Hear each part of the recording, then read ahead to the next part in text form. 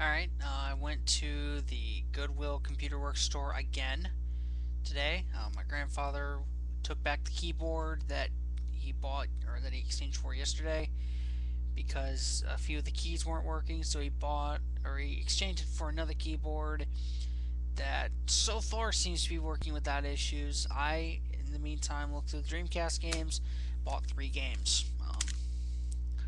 We've got, actually, I'll reorganize these a little bit.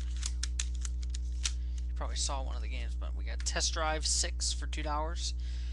I've played Test Drive games, like I think I played Test Drive 5 on the PlayStation 1 back when I was part of the church thing. We had a PS1 and they had Test Drive 5 on the PS1. It was like the NFL Blitz 2000 that I played. I don't know if I already mentioned that, but I got an inbox message there. Yeah, I figured for $2, I might as well give it a shot. I've played this a little bit. It's not that good. I mean, well, then again, I've only played a little bit through it. The controls are a bit twitchy, but then again, that might be just the controller I have. The controls are a bit twitchy to me. The cars actually look pretty good they look alright for a Dreamcast game, but I don't know, there's nothing special about this. And we've got Tom Clancy's Rainbow Six for $2. I figured, I'll branch out to something that isn't a racing game for $2. I figured I'd give it a shot, and all these discs, I'll show, came complete. This comes complete with the manual and everything, and back art as well. This comes complete as well, as you can see there. This comes complete with the manual and everything, and I figured for $2 I'd give it a shot.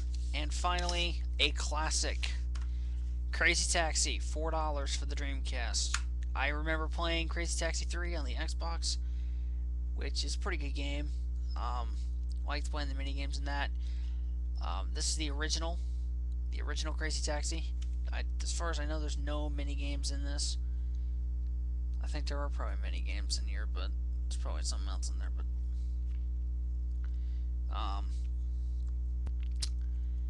apparently it says there's an all-new course developed for Sega Dreamcast. So I figured, it's $4, and they have Crazy Taxi 2 in there for $6, but I figured I'd just get this one first. This also comes complete with the disc and everything, and that puts my collection up to 7 games now. I'm slowly getting there. The other 4 games, as you probably have seen, are NFL 2K1, which I deem this better. Like I said, I deem this better than Madden 11 and probably Madden 12. NFL Blitz 2000, haven't played this yet, haven't tried to, although I know kind of what to expect from this one. And then the 2 games I originally bought with the system, Virtua Tennis, which I actually have spent more time with than any of the other games. I don't know why. I guess because I actually like tennis games somewhat. And Sega GT, which is basically a Gran Turismo. It's basically Gran Turismo 2, only with less than a fifth of the cars and decent looking graphics for the time. Well, better looking graphics than the PS1 Gran Turismo 2, but there's only one, but you get my point. It's got better graphics than Gran Turismo 2, but that's really all it's got going for it over Gran Turismo 2. I think I much prefer Gran Turismo 2 over this, because there's more stuff to do. This is just basically, and I think this actually came out.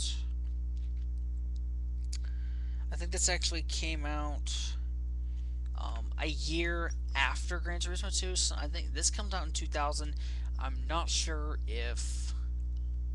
I think Gran Turismo 2 came out in 99, so this comes out a year later, I would guess. And it's got the stupid. It's got the stupid thing on it, the tape.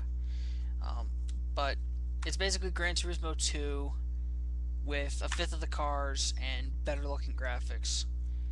And well, it was only $2, so it's whatever. I actually like racing games, which is probably why 3 of the 7 I have in here are racing games. Well, if you count Take Crazy Taxi, it's 3, but all but one of my games in here aren't sports or racing, just because that's what I'm into. But I'm interested in this. I'll give it a shot. It was only $2, so whatever. But that's it. Later.